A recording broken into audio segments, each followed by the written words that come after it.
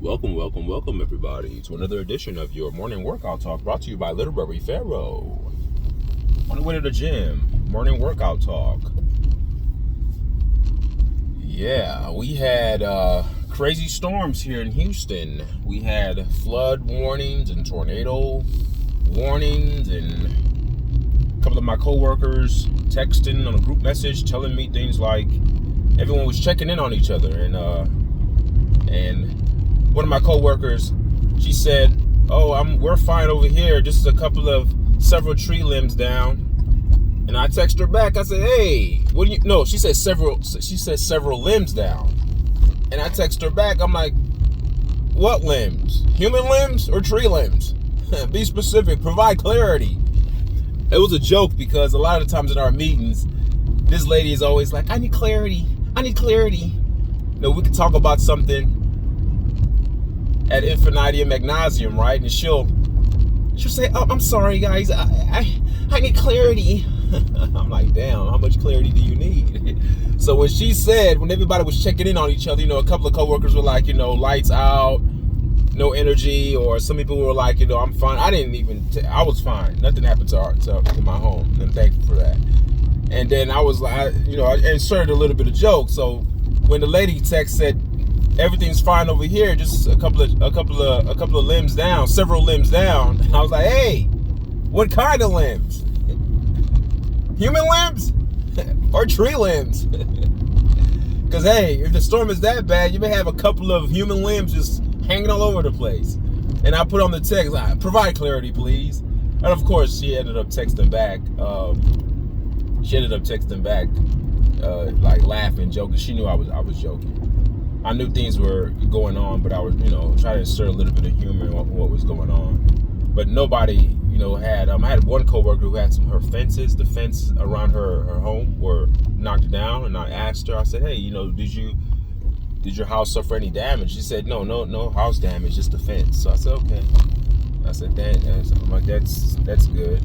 I mean, it's bad that your fence got knocked down, but it could be much worse. Your house could have been damaged as well. But she didn't sustain any damage to her property at all. So that's a good thing. So yeah, I'm headed to the gym. I'm a little bit behind. Slept in a little bit longer. Yeah.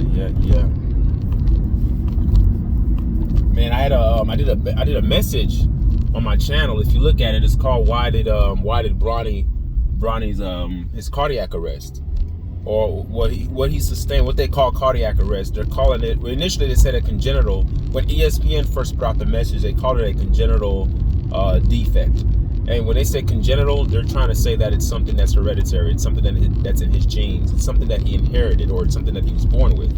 Well, it's kind of a misnomer and a conundrum, because you're not born with a congenital defect that's going to cause cardiac arrest. Cardiac arrest is caused by something that's done in real time. Like, that's not, people aren't born with that. You're not born with a congenital defect. They use those terms to kind of fool people, and you'll think, "Oh, okay, something he was born with." That's not true. It was induced by something. So I understand how YouTube works, and they have an AI product that can flag certain words that are used. And in that video, I was very intentional of not using a certain word that starts with the letter V, as in violin, as in violence, as in vicious, the letter V, right? I didn't want to use that word. It's a certain thing that was asked by the medical industry for people to use against a specific disease. And I gave my whole explanation of why I believe, Bronny suffered cardiac arrest. Okay? I talked about how having a toxified blood. I talked about how the blood corpuscles, being contaminated, working in conjunction with the albumin being responsible for creating the proteins that help to sustain the heart tissues. So when your heart arrests, when it gives up, it's because it can't function due to having toxified blood.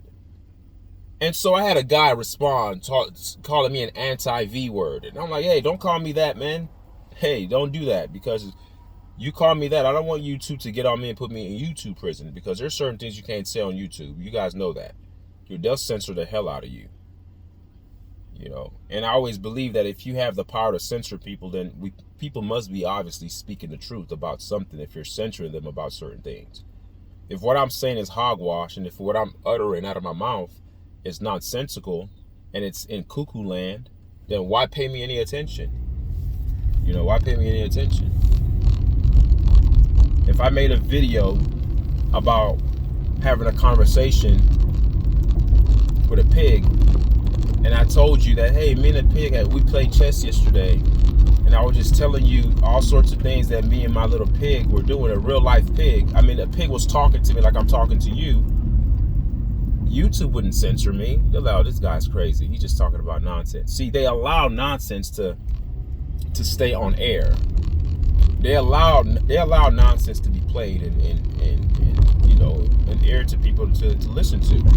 But the minute you start saying anything that might hamper or hinder the pharmaceutical industry in any way, especially something that's $1 billion business like the V word, oh man, you're not gonna last. They're gonna find you and get you the hell out of there. So yeah, I said it's safe and effective. I responded to the guy, don't call me an anti-V word, man. The V is safe and effective. The pharmaceutical industry is great. Everything that the pharmaceutical industry provides people is healthy. All medicines are great for people. The allopathic means of medicine, the way they dispense medicine here in the West, is the best form of medicine. We have great doctors. The pharmaceutical industry, they want everybody healthy, because we all know at the end of the day, you know, if everybody's healthy, it keeps them in business. Think about what I just said. If everybody's healthy, it keeps the pharmaceutical industry in business. And ask yourself a question, does that make sense? If the pharmaceutical industry was in the business of keeping people healthy, then will they even be relevant? So again, the V word is safe and effective. It's safe and effective. Everybody go get it. It's the best thing that man has created. It's innovative. It's great, great, great. Put it in your body. So anyway, man, it's crazy. Gotta speak in covert terms and conceal your intent, and be very, very, very, very intentional in how you approach certain things, because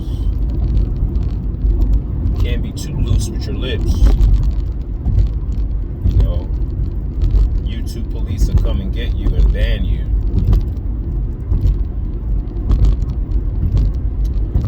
Yeah, but anyway, today I'm working on back and biceps.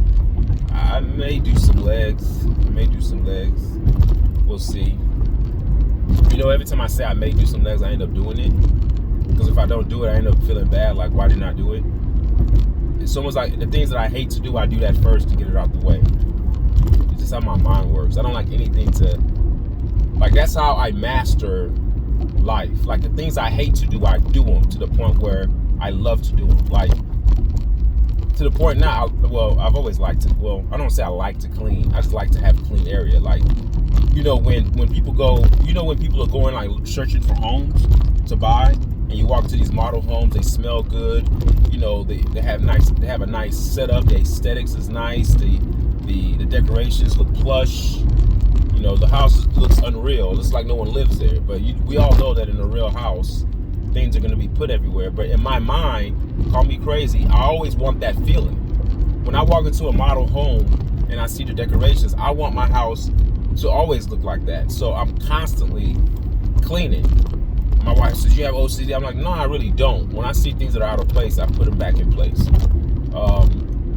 When I see one dish in the sink, I'm getting that thing out of there, man. I'm sticking that thing in the dishwasher and I'm turning that thing on. Of course, when the dishwasher gets full, I don't turn on the dishwasher with one dish in there. That doesn't make sense. But you know what I'm saying. I don't